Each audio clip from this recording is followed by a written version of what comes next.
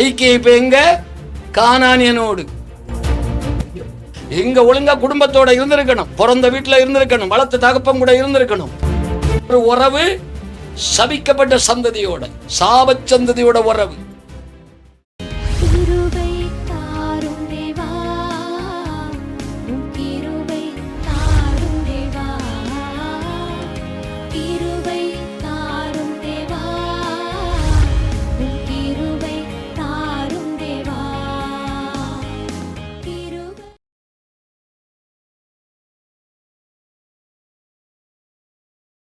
ஆண்டவராகிய இயேசு கிறிஸ்துவின் விலையேறப்பெற்ற நாமத்திலே உங்களை இந்த இரவிலும் நான் வாழ்த்துகிறேன். நம்முடைய பிதாவாகிய தேவனாலும் கர்த்தராகிய இயேசு கிறிஸ்துவினாலும் கிருபையும் சமாதானமும் பெருகுவதாக. பொதுவாக வருடத்தின் துவக்க நாட்களிலே 1-2 நாள் ஆண்டுடைய பிரசனத்தில் இருப்பது வழக்கம். இந்த முறை புதுக்கோட்டைக்கு வருவதற்கு கர்த்தர் கிருபை தந்தார். எதிர்பாராத ஒரு சந்திப்பை பாஸ்டரோடு, ஃபேமிலியோடு, விசுவாச பிள்ளைகளோடு தந்ததற்காக கர்த்தரை நான் துதிக்கிறேன். என்னை குறித்து அதிகமாக நான் இந்த நேரங்களிலே சொல்ல விரும்பவில்லை. முடிந்தால் நாளைக்கு அல்லது சண்டே பார்க்கலாம். இது ஒரு பைபிள் ஸ்டடி கொடுங்கன்னு சொன்னதுனால ஏதாவது ஒரு டாபிக் எடுத்து பேசலான்னு யோசித்தோம். உங்களுக்கு அது எந்த அளவுக்கு பிரயோஜனமாக இருக்குன்னு எனக்கு தெரியாது.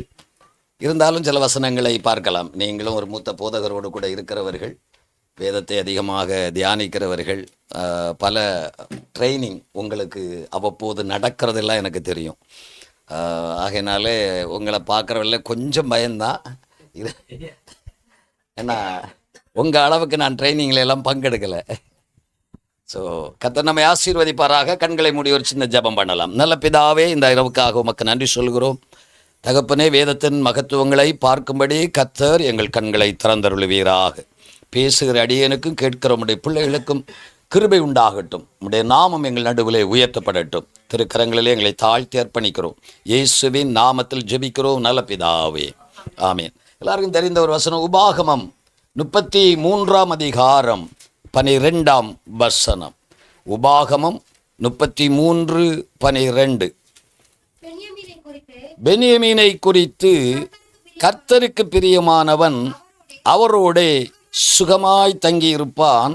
அவனை எந்நாளும் அவர் காப்பாற்றி அவன் எல்லைக்குள்ளே வாசமாய் இருப்பார். இங்கே ஒரு ஆசீர்வாதமான வார்த்தைகளோடு நிறைந்த ஒரு வசனத்தை நாம் வாசிக்க கேட்டோம்.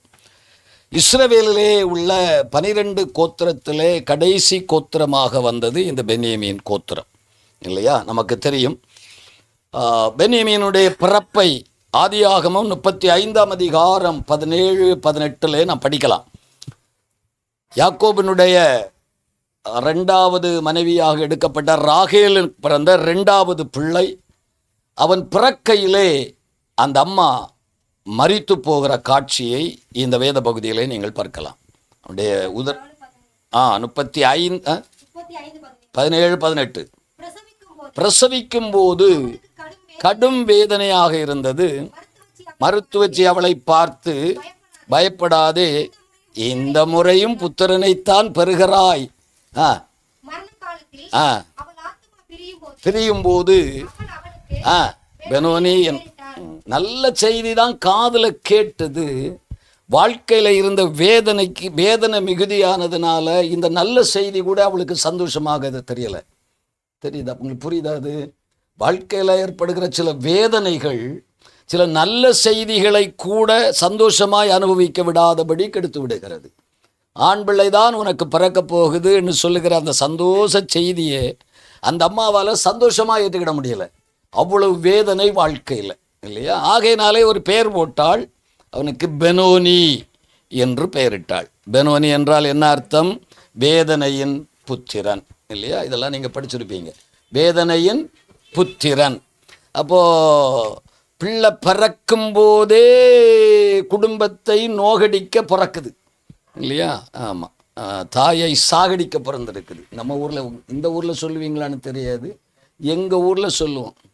சனியம் பிறந்ததே சாகடிக்கன்னு நம்ம வீட்டில் ஒன்று வந்து பிறந்திருக்குது. கொண்டுச்சு, சாகடிக்க வந்து பிறந்திருக்கு அப்படிம்போம், இல்லையா? அதுபோல் இங்கே ஒருத்தன் பிறந்தான், சாகடிக்க பிறந்தான். 1 நாளாகமம் 4ஆம் அதிகாரம் 10வது வசனத்தில் யாபேஷை குறித்து சொல்லும் பொழுது அவன் தாயும் அப்படித்தான் சொல்லுவான், வேதனையோடு ஒன்று நான் பெற வேண்டியதாயிடுச்சு. இத்தனை பிள்ளைகள் என் கற்பத்தில் பிறந்தாங்க, சகோதரர்கள் எல்லாம் அவனுக்கு இருந்தார்கள், ஆனால் அவங்க எல்லாம் பிறக்கும்போது இப்படி என்னை வேதனைப்படுத்தலையே, நீ பிறந்தது என்னை வேதனைப்படுத்துவதற்காக. இது எல்லா இடங்களையும் பார்க்கலாம், குடும்பத்தில் மட்டும் இல்லை, சபையிலையும் பார்க்கலாம். சில பிள்ளைகள் இதுக்குன்னே சபையில் பிறந்திருப்பாங்க. எதுக்குன்னு பிறந்திருப்பாங்க? பாஸ்டர் நோகடிக்கிறதுக்குன்னே சபையில் நல்ல பிள்ளைகள் பிறந்திருப்பார்கள். ஆமாம், அதுவும் பாஸ்டருக்கு பிறந்த பிள்ளைகள் தான், வேறு ஒன்றும் இல்லை. ஆனால் அது நோகடிக்கிறதுக்குன்னே பிறந்திருக்கும். வேறு என்ன செய்கிறதுக்கு? அழ வேண்டியது தான். தோத்திரம். ஸோ இப்படி எல்லாம் இருக்கும். நீங்கள் ஆதி ஆகமத்தில் இன்னொரு சம்பவத்தை கூட நீங்கள் படிக்கலாம். என்ன படிக்கலான்னா, ஈசாக்கு 2 பிள்ளைகள் பிறப்பாங்க. ஒருத்தன் ஏசா 2 பொண்ணை கல்யாணம் பண்ணுவான். ஏசா 2 பொண்ணை கல்யாணம் பண்ணுவான். 2 பேரும் வந்த மருமக்கள் 2 பேரும் மாமனையும் மாமியையும் இப்போ பெத்த பிள்ளைகளும் நோயடிக்க பிறந்திருக்குது. இப்போ வீட்டுக்கு வந்த மருமக்களும் தாய் தப்பனை சாகடிக்க வந்து சேர்ந்துருக்கு 2 எண்ணம். நம்ம நாட்டில் இதை சரித்திரபூர்வமாய் பார்க்குறோம், பக்கங்களிலே பார்க்குறோம். சில மருமக்கள்மார் வீடுகளில் வந்து சேர்ந்தாங்கன்னா அவ்வளவுதான். ஆமாம், அந்த குடும்பங்கள் அதோடு போய் சேரும். அப்படியே ஏசாவினுடைய 2 மனைவிமார் வயதான மாமன் மாமியை சாகடிக்கிறதுக்குன்னே வீட்டில் வந்து மனநோவாக இருந்து உண்டாக்குனார்கள். சோத்திரம். அதனால சங்கீதக்காரன் சொல்லுவான், வேதனை உண்டாக்கும் வழி என்னிடத்தில் உண்டோ. நம்ம கர்த்தருடைய பிள்ளைகள் இந்த மாலையில் நம்மெல்லாம் ஆண்டுடைய பிள்ளைகளாக இருக்கிறோம், சபையில் இருக்கிறோம். குடும்பத்துக்கு, சபைக்கு, மற்றவர்களுக்கு ஏதேனும் வழியில் வேதனை உண்டாக்குகிறோமோ என்ற ஒரு கேள்வி நமக்குள்ளே எழும்புவது நல்லது.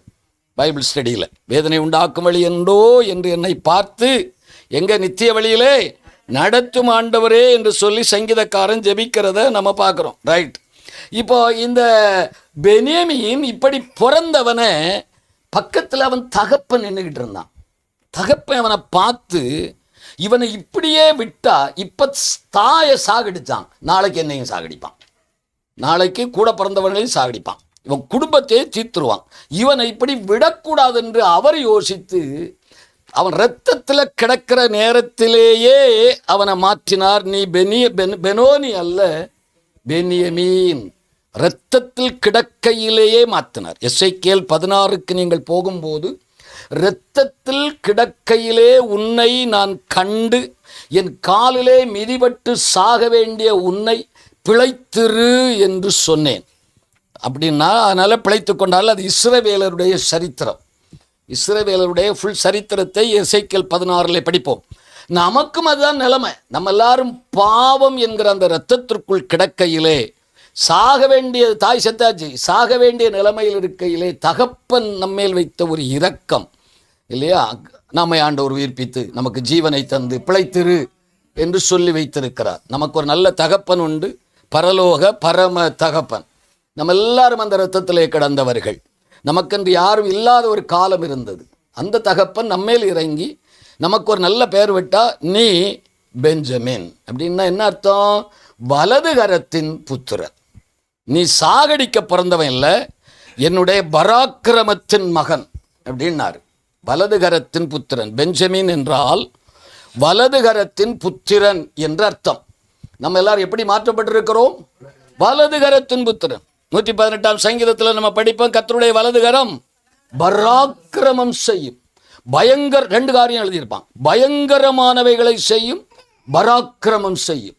அந்த கரத்தின் பிள்ளைகளாக கர்த்தர் நம்ம எல்லாம் மாற்றி இருக்கிறார். ஒரு அல்லேலூயா சொல்லுங்கள் பார்க்கலாம். சந்தோஷமா இருந்த ஒரு அல்லேலூயா சொல்லுங்கள். இப்ப நம்ம எல்லாரும் யாரு? வலது கரத்தின் பிள்ளைகள், பராக்கிரமத்தின் மக்கள், பயங்கரமானவைகளை செய்கிற கூட்டத்தோடு சேர்ந்தவர்கள். நம்ம எல்லானவர்கள் அல்ல, ஒரு காலத்தில் அற்பமானவர்கள், ஆகாதவர்கள், எதுக்கும் உதவாதவர்கள். இப்போ அப்படி இல்லை. இப்போல்லாம் நம்ம லெவல் வேற. இன்னொரு இடத்திற்கு தகப்பன் நம்மை மாற்றி நமக்கே புரிய மாட்டேங்குது. நானா அப்படிங்கிற கேள்வி கேட்கறது மாதிரி தெரியுது உங்களை பார்த்தா. தோத்திரம் இல்லை. இங்கே படிப்பு தேவையில்லை, பட்டம் தேவையில்லை, பணம் தேவையில்லை, பதவி தேவையில்லை, எதுவும் தேவையில்லை. மாற்றினவர் தகப்பன். அவர் மாற்றினது உண்டானால் அப்படித்தான் இருக்கும். இப்போ உங்களாலே என்னாலையும் பயங்கரமானவைகளையும் செய்ய முடியும், பயங்கரமாகவும் இருக்க முடியும். யாக்கோபு பார்த்துட்டு சொன்னான், சொப்பனம் கண்டுக்கிட்டு, இது எவ்வளவு பயங்கரமான இடம், இது எவ்வளவு பயங்கரமான இடம், இது எனக்கு தெரியவே, நமக்கும் தெரியலை நம்ம யாருன்னு, சபைக்கு தெரியலை சபை யாருன்னு, விசுவாசிக்கு தெரியலை விசுவாசி யாருன்னு.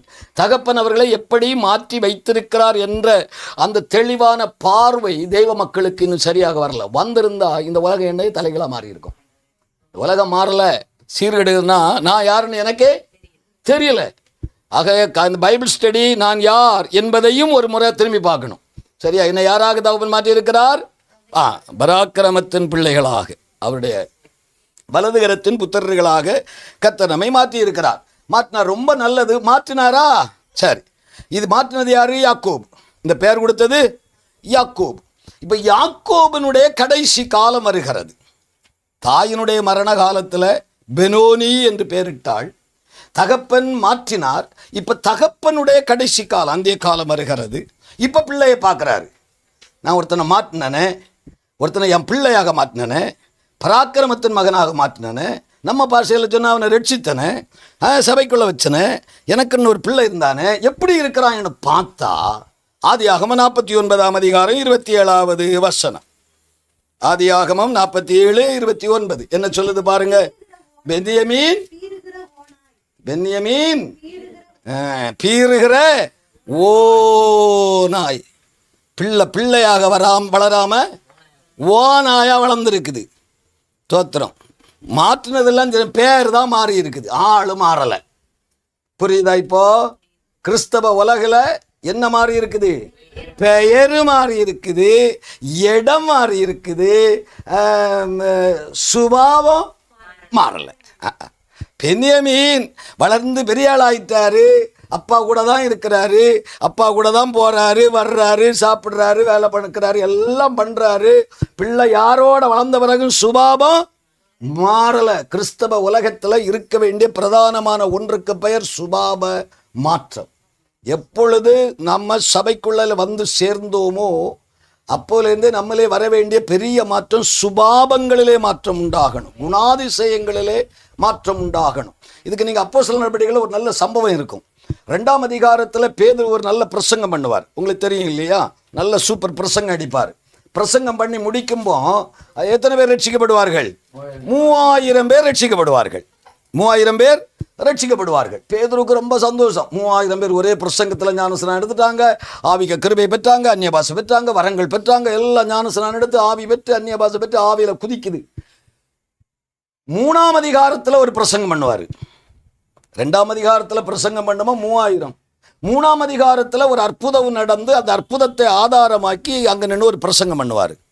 அப்போ பட்டுன்னு இருக்க மண்டையில் ஓடும். இந்த மக்களுக்கு என்ன சொன்னேன்? இயேசுதான் ரட்சகர்னு சொன்னேன், இயேசுதான் ரட்சிக்கிறவர்னு சொன்னேன். ஆனால் இவங்க சுபாவத்தை பற்றி ஒன்று நான் சொல்லாமல் விட்டுட்டேன். பிரசங்கத்தில் ஒரு பாயிண்டனை அடிக்காமல் விட்டுட்டேன் அப்படின்னு 3ஆவது அதிகாரத்தில் பிரசங்கத்துக்கு அவருக்கு ஆவியில் ஓடி இருக்குது. அதை எங்கே சொல்லுவார்? 20வது வசனம். அப்போஸ்தலர் 3:20 என்ன சொல்கிறார்? நாங்கள் பாவங்கள் நிவர்த்தி செய்யப்படும் பொருட்டு மனம் திரும்பி மனம் திரும்புங்கள் என்னார் முதல் பிரசங்கத்தில். அப்போஸ்தலர் 38 நீங்கள் மனம் திரும்பி ஞானஸ்நானம் எடுங்கள் என்னார். 2ஆம் அதிகாரத்தில் குணப்படுறதை பற்றி சொன்னார்ல, குணப்படுறதை பற்றி பிரசங்கத்தில் விட்டுட்டார். பார்ட்டிகள் எல்லாம் மனம் திரும்பிச்சுது. ஞானஸ்நானத்தை ஞானஸ்நானம் எனக்கு வேணும், அபிஷேகம் எனக்கு வேணும், கிருபை எனக்கு வேணும், வரங்கள் எனக்கு வேணும். குணப்படுதலை பற்றி 2ஆவது அதிகாரத்தில் பிரசங்கத்தில் பேதுரு விட்டுட்டாரு. 3ஆம் அதிகாரத்தில் பார்த்தா எல்லா கிருபையும் இருக்குது, குணம் மாறலை. சபைகள் தேவ மக்கள் கவனிக்க வேண்டியது அது. கிருபை இருக்குது, அந்நிய பாஷை இருக்குது, வரங்கள் இருக்குது, அற்புதங்கள் நடக்குது, ஆராதனை நடக்குது, எல்லாம் ஓகே. குணம் முக்கியமானது. இந்த வரங்களுடைய செயல்பாடோ மற்ற எதுவும் இல்லை, குணம் மாறணும். அப்போ 3:20 சொல்றாரு, நீங்கள் மனம் திரும்பி ஞானஸ்நானம் எடுத்தா மட்டும் போதாது, மனம் திரும்பி ஆவிக்குரிய வரங்களை மட்டும் பெற்றா போதாது, குணப்படணும் அப்படின்னு ஒரு பிரசங்கம் அடிப்பார். சரியா? அது நமக்கு மிக தேவை. அப்ப இங்க பெனோனி பென்யமீனாகி வளர்ந்து பெரியவனான பிறகு சுபாவமோ குணமோ மாறல. இப்போதும் ஐயா பீறுகிற ஓநாய். ஆனா அப்பா கூட தான். அவர் எங்க அப்பா அது சொல்றதுல அவருக்கு ஒரு குழப்பமும் இல்லை, ஒரு குழப்பமும் இல்லை. நமக்கு என்ன குழப்பம்? அப்பா பிதாவைன்னு கூப்பிடுறது நமக்கு யாருக்கு குழப்பம்? ஒன்றும் இல்லை. அவருக்கு பிள்ளைன்னு சொல்றது யாரையும் குழப்பம் ஒன்றும் இல்லை. கிறிஸ்தவர்கள் யாரை கேட்டாலும் நாங்கள் தேவனுடைய பிள்ளைகள். ஆனால் சுபாவம் குணம் பென்யமீன் கர்த்தருக்கு பிரியமானன்னு பிறகு வாசிக்கிறோம் இல்லையா? இப்போ நிலைமை அது. அப்போ அங்கே இருந்து இப்படி வந்தும் மாறாத ஒரு காலம் இருந்தது. சரி, இப்போ வருவோம். இப்போ காலங்கள் கடந்து போகுது. இப்போ ஓநாயை பற்றி நிறைய படிக்கணும், அதுக்கு இப்போ நமக்கு நேரம் இல்லை. ஓநாய் என்ன செய்யும்? முதல்ல அது கெடுக்கிறது சபையை கெடுக்கும். ஓநாய் சபையை மந்தையை கெடுக்கும். 2 இடத்துல இயேசுநாதர் சொல்வார். யோவான் 10ஆம் அதிகாரம் 12வது வசனத்தில் அது ஆடுகளை பீறி போடும். ஆடுகளை பீறி போடும். அது சபையை கெடுப்பது ஓநாய். இப்போ புரியுதா உங்களுக்கு? சபைக்குள்ளே தான் இருக்கும். நாங்கள் அப்பா தான்போம், பிள்ளை எம்போம், ஆவியில் நிரம்பும், அந்நிய பாஷை பேசும். இதுக்கு சுபாவம் மாறாட்டா சபை என்ன ஆகும்? புரியுதா உங்களுக்கு? சபை சீரழியும். சபையில் நீங்கள் ஒரு பெரிய மாற்றத்தை காண முடியாது, வளர்ச்சியை காண முடியாது. சபையின் நிமித்தமாக கர்த்தருடைய நாமம் தூஷிக்கப்பட்டு கொண்டிருக்கும். விசுவாசிகளாக இருப்பாங்க, தேவநாமம் தூஷிக்கப்படுகிறது மாதிரி இருக்கும் சபை. அதான் ஓநாயினுடைய சுபாவம். அப்போஸ்தலர் 20 பவுல் சொல்லும் பொழுது 29வது வசனத்தில், நாம் போன பிறகு மந்தையை தப்ப விடாத கொடிய ஓநாய்கள் மந்தைக்குள்ளால வருகிறாரு. அப்போ மந்தையை கெடுப்பது தான் இதில் பிரதானமான ஒன்று. இன்னொரு அடையாளத்தை சொல்லணுமானா நீங்கள் பாதி எழுதுங்க, எழுத மீதியை நான் சொல்கிறத கேட்டுக்கங்க. கள்ளத்தீர்க்க தரிசிக்கு ஒரு அடையாளமே ஓநாய் தான். கள்ளத்தீர்க்க தரிசியினுடைய அடையாளமே இயேசுநாதர் சொன்னார், ஓநாய். இப்போ சபையை கெடுக்கிற ஒன்று சபைக்குள்ளே தான் இருக்குது, சபையில் தான் வளருது, அப்பாங்குது, ஆவியில் நிரம்புது. ஆனால் அது சுபாவ மாற்றம் இல்லாததினால் சபைகள் சீரழிகிறது, சபைகள் கெடுகிறது. குணமாறாட்டா எந்த பிரயோஜனமும் இல்லை என்பதுதான் பென்யமீன் இடத்துல நம்ம படிக்கிற ஒரு பாடம். இப்போ காலங்கள் கடந்து போகிறது. இன்னும் காலங்கள் கடந்து போகிறது. இஸ்ரவேலர்கள் 70 பேராக எகிப்துக்கு போகிறார்கள். யாக்கோபினுடைய தலைமுறைகள் 70 பேராக எகிப்திற்கு போக 430 ஆண்டுகள் முடிய ஆண்டவர் அவர்களை சந்திக்க யாத்திராகமம் 3 முச்சடியிலே தரிசனமான தேவனுடைய தயவு மோசையின் மூலமாய் வெளிப்பட எகிப்திலே 10 வாதைகள் நடக்க தலைப்பிள்ளை சங்காரம் நடந்த அன்று ராத்திரி இந்த இஸ்ரவேலர்கள் விடுதலை ஆகிறார்கள். யாத்திராகமம் 12ஆம் அதிகாரம் வசனம். அதை பட்டு பிறகு நீங்கள் வீட்டில் படிச்சுக்காங்க. யாத்திராகமம் 12ஆம் அதிகாரத்தில் இஸ்ரவேலர்கள் விடுதலை ஆகிறார்கள். சரித்திரத்தை தொடர்ந்து நம்ம படித்தா உங்களுக்கு பைபிள் தெரிஞ்சதுனால நான் சொல்லிக்கிட்டு போகிறேன். செங்கடலிலே ஞானஸ்நானம் எடுத்தார்களா? எடுத்தார்கள். பகலிலே மேகமும் இரவிலே அக்னியும் ஆவியானவருடைய பிரசன்னத்திற்குள் இருந்தார்கள். மோசையின் மூலமாய் நியாயப்பிரமாணம் பெறப்பட்டு அவர்களுக்கு கொடுக்கப்பட்டு போதிக்கப்பட்டிருந்தது. மீரியாம் ஆராதனை நடத்துவதிலே லீடராக முன்னே நின்று நல்ல தீர்க்க தரிசன ஆவியோடு கூடிய ஆராதனை நடந்தது. புரியுதா? இயேசு பஸ்காவினுடைய இரத்தம், பரிசுத்தாவியானுடைய கிருபை, ஞான ஸ்நானம், அபிஷேக ஆராதனை, சாதாரணமான ஆராதனை அல்ல, அபிஷேக ஆராதனை, இவைகளெல்லாம் நடந்து உள்ளவர். இப்போ நம்ம சபைகளில் இதுக்கு பேர் தான் பெந்திகாசல் சர்ச்சஸ். ஆவிக்குரிய சபைகள் அப்படிங்கிறது முதல் பகுதியோடு நிற்காது. முதல் பகுதியில் ஒரு கூட்டம் சபை இருக்கிறது, அதற்கு இதுக்குள்ளால் வராது, ஞான ஸ்நானத்துக்குள்ளால் வராது, அபிஷேகத்துக்குள்ளால் வராது, ஆவியில் நிறைந்த ஆராதனைக்கு வராது. புரியுதா? அதுக்குள்ளால் வராத ஒரு கிறிஸ்தவ சமூகம் உலகத்தில் இருக்கிறது. உங்களுக்கு புரியுதா? நீங்கள் இருக்கிற சபை அப்படி இல்லை. நம்ம முதல் பகுதி கேட்டது உங்களுக்கு பொருந்தாது. முதல் பகுதி இந்த சத்தியத்திற்குள் வராத கிறிஸ்தவர்கள் ஒரு கூட்டத்தார் உலகத்தில் ரொம்ப இருக்கிறார்கள். அவர்கள் மூலம் சத்திய மார்க்கம் தூஷிக்கப்படுகிறது இல்லையா? தேவநாமம் தூஷிக்கப்படுகிறது. இப்போ சத்தியத்தை கை கொள்ளுகிற ஒரு ஜாதியை கர்த்தர் சபையாக வடிவமைக்கிறார். இந்த சபைக்கு என்ன உபதேசம் கொடுத்தார்? நீ இயேசு கிறிஸ்து இரத்தத்தினாலே கழுவப்படணும், ஒழுங்கா தண்ணீரில் மூழ்கி ஞான ஸ்நானம் எடுக்கணும், பரிசுத்தாவியின் அபிஷேகத்தை பெறணும், ஆவிக்குரிய ஆராதனை, ஆவியிலும் சத்தியத்திலும் நிறைந்து நீ ஆராதிக்கணும் அப்படின்னு பாடம் கொடுக்கிறார். உபதேசத்துக்கு ஒழுங்காக கீழ்ப்படியணும். இதான் அப்போஸ்தல உபதேசம். இதில் 7 காரியம் இருக்கும். அதுக்கு நீ ஒழுங்காக கேட்கிற வசனத்துக்கு கேட்கிறவர்களாய் மாத்திரமல்ல, கவனமாக கீழ்ப்படியணும். என்னவெல்லாம் முக்கியம்?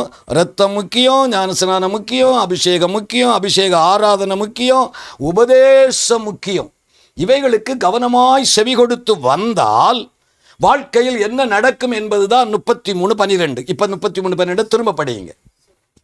அப்போ உண்மையான ஆவிக்குரிய சபையில் இருக்கிற ஒரு தேவ பிள்ளையை குறித்து சொல்லப்படுகிற ஒரு நல்ல வார்த்தை தான் உபாகமம் 33:12. என்ன படித்தோம்? பென்யமீன் இப்போ எங்கே இருக்கிறாரு? பஸ்கா ஆட்டுக்குடியின் இரத்தத்தினால் விடுதலையானார். செங்கடலிலே ஞானஸ்நானம் எடுத்தார். பரிசுத்த ஆவியின் பிரசன்னத்திலே ஆவியானவராலே நடத்தப்படுகிறார். நல்ல ஆவியின் நிறைந்த ஆராதனையிலே பங்கெடுக்கிறார். நல்ல போதனைகள், கற்பனைகள், பிரமாணங்களை தெளிவாக கேட்கிறார். மோசே இவர்களை 40 வருஷம் நடத்திக்கிட்டு வந்தார் கிட்டத்தட்ட, இல்லையா? கொஞ்ச காலத்தில் போயிடுறார். அந்த கடைசி காலத்தில் மோசே பார்க்குறார் 12 கோத்திரத்தையும். எல்லாத்தையும் நடத்தினனே ஒரு ஆவிக்குரிய மூத்த தகப்பனாக நான் ரட்சிப்புக்குள்ளே நடத்தி, அபிஷேகத்துக்குள்ளே நடத்தி, நல்ல ஆவியில் நிரம்பி ஆராதனைக்குள்ளே நடத்தி, இந்த மக்களெல்லாம் எப்படி இருக்கான்னு ஒவ்வொருத்தரையும் பார்த்து ஒவ்வொருக்கும் ஆசீர்வாதம் சொல்லி கொண்டு வருவார். சொல்லி கொண்டு வருகிற நேரத்தில் தான் பென்யமீனை பார்க்கும்போது சொல்லுவார், பென்யமீன் கர்த்தருக்கு பிரியமான. வினைராத்திரி உங்களை பார்த்தா சொல்லணும், பாஸ்டர் சொல்லணும், உங்களை நடத்தினவர்கள் சொல்லணும். மற்றவங்க சொல்கிறாங்களோ இல்லையே, எபிரேயர் 13 சொல்லுது, உங்களை நடத்துகிறவர்கள் உங்கள் ஆத்துமாக்களுக்கு உத்தரவாதம் பண்ணுகிறவர்கள். ஆகையினாலே உங்களை நடத்துகிறவர்கள் உங்களை பார்த்து என்ன சொல்லணும்? கர்த்தருக்கு பிரியமானவன்னு சொல்லணும். ஆமாம், கர்த்தருக்கு பிரியமானவன் அப்படின்னு சொல்லணும். சோத்திரம். சரி, இப்போ பென்யமீனை குறித்து இடையில இன்னொரு சம்பவத்தை கூட நான் உங்களுக்கு சொல்லிக்கிட்டு போகணும். பாருங்க, கர்த்தருக்கு பிரியமானவனுக்கு அங்கே ஆசீர்வாதங்களை அதில் வாசித்தோம். அதை மேலோட்டமாக பார்க்கலாம். தோத்திரம். யார் கர்த்தருக்கு பிரியமானவனெல்லாம் நீங்கள் நிறைய படிச்சிருப்பீங்க, இல்லையா? யார் கர்த்தருக்கு பிரியமானவன்? என்னுடைய கேள்வி, கர்த்தருக்கு பிரியமானவன் என்ன செய்வான்னு கேட்டால் ஒரு விசேஷித்த வார்த்தை இருக்குது, பிறகு சொல்கிறேன். இந்த பென்யமீன் கோத்திரம் விசேஷித்த பாக்கியம் பெற்றது. பென்யமீன் கோத்திரம் விசேஷித்த பாக்கியம் பெற்றது. கர்த்தருக்கு பிரியமான பிள்ளைகள் தேசத்திலே விசேஷித்த பாக்கியம் பெறுகிறவர்கள் என்பதற்கு பென்யமீன் ஒரு நல்ல அடையாளம். நீங்கள் இஸ்ரவேலின் சரித்திரத்திற்குள்ளே போகும்போது ஒன்று சாமுவேலின் புஸ்தகத்திற்கு வரும்பொழுது சாமுவேலை பார்த்து இஸ்ரவேல் மக்கள் எல்லாம் சொல்லுவார்கள், எங்களுக்கு எல்லாரை போல ஒரு ராஜா வேணும். எல்லாரும் ராஜாக்களை வச்சு நடத்துகிறாங்க, அதுபோல் எங்களுக்கும் நாங்கள் பார்க்குறது மாதிரி ஒரு மனுஷன் ராஜாவாக இருக்கணும், நாங்களும் அவருக்கு கீழே தான் இருப்போங்கிறார். அப்போது சாமுவேலுக்கு அது கஷ்டமாக இருக்குது. என்ன பண்ணுறது? ஆண்டவர் ராஜாவாக இருந்து இவர்களை நடத்துகிறார், இந்த மக்கள் மனுஷனை ராஜாவாக கேட்குறாங்களே என்று சொல்லி நினைக்க ஆண்டவர் கேட்டது போல ஒரு ராஜாவை கொடுக்கிறார். யார் அந்த ராஜா? சாமுவேல். எங்கே இருந்து வந்தார்? 1 சாமுவேல் 9ஆம் அதிகாரத்திலே வரும் பொழுது 1வது வசனத்திலேயும் 10ஆம் அதிகாரம் 1வது வசனத்திற்கு வரும் பொழுது அந்த காட்சியை பார்க்கிறோம். 9:1 படிங்கம்மா. பென்யமீன் கோத்திரத்து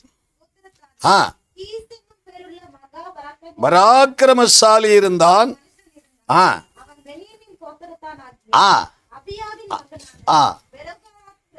சரி, அங்கே அவனுக்கு சவுல் பிறந்திருப்பான். இவன் கழுதையை தேடி போக 10ஆம் அதிகாரத்திற்கு வரும் பொழுது அவனை கர்த்தர் இஸ்ரவேலிலே ராஜாவாக அபிஷேகம் பண்ணுவார், இல்லையா? நமக்கு நல்லா தெரியும், எல்லாமே ஒரு ஒழுங்கு இருக்குது நமக்கு. யாருக்கு தான் ரெட்டிப்பான பாக்கியம், சுதந்திரம்? மூத்த பிள்ளைக்கு தான் கிடைக்கணும். அப்போ யார் மூத்த பிள்ளை? யாக்கோபுக்கு மூத்த பிள்ளை யாரு? ரூபன். இஸ்ரவேலிலே ஒருவன் ராஜாவாக வர வேண்டுமானா யார் தான் வரணும்? ரூபன் கோத்திரத்திலிருந்து தான் வரணும். அதான் பிரமாணம். யாக்கோபனுடைய மூத்த மகனுக்குத்தான் அந்த பாக்கியம் வரணும்.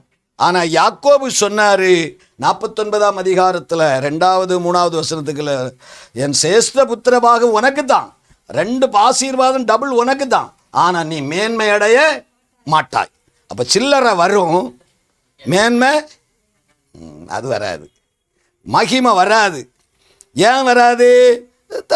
தகப்பனுடைய பாவம். அப்போ தேவ பிள்ளைகள் அதையும் கொஞ்சம் கவனிக்கணும் எப்போதும், சரியா? பணம் ஒரு வேளை வரலாம், சில விதமான நன்மைகள் சில நேரங்களில் உண்டாகலாம்.